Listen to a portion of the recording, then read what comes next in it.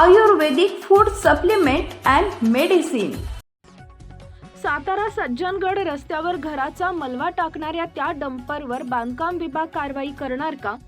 सातारा सज्जनगड रस्त्यावर बोगद्यातून खाली गेल्यानंतर घाटामध्ये ठिकठिकाणी सातारा शहरातील बांधकाम व्यावसायिकांकडून पडलेल्या घराचा मालवा व निघालेली माती टाकण्यात येते. यामुळे पावसाळ्यात माती रस्त्यावर येऊन घाटामध्ये अनेक अपघात होतात. काही दिवसांपूर्वी स्वतः बांधकाम मंत्र्यांनी घाटामध्ये घाण टाकणाऱ्यावर कायदेशीर कारवाई करा अशा सूचना दिल्या होत्या.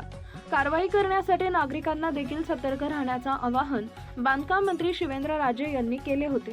दरम्यान गुरुवारी दुपारी घाटामध्ये माती टाकणाऱ्या त्या डंपर चालकाचा परळी भागातील एका जागरूक नागरिकानं फोटो काढला असून आता या डंपर चालकावर बांधकाम विभाग काय कारवाई करते हे पाहावं लागेल.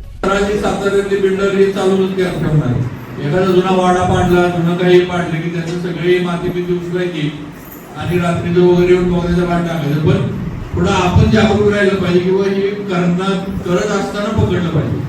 तर खोल येऊन टाकून गेलं काय, गेल्यानंतर तुम्ही दुसऱ्या दिवशी तिसऱ्या दिवशी कुठं उडता, काही कॅमेरे नाहीत सगळीकडे. म्हणजे बोगद्याच्या बाहेर काय असं सगळीकडे काही व्हिडिओ कॅमेरे नाहीत की आपण बघू शकतो की कोणी टाकले ट्रॅक्टरचा नंबर त्याला पुढे कारवाई करायला.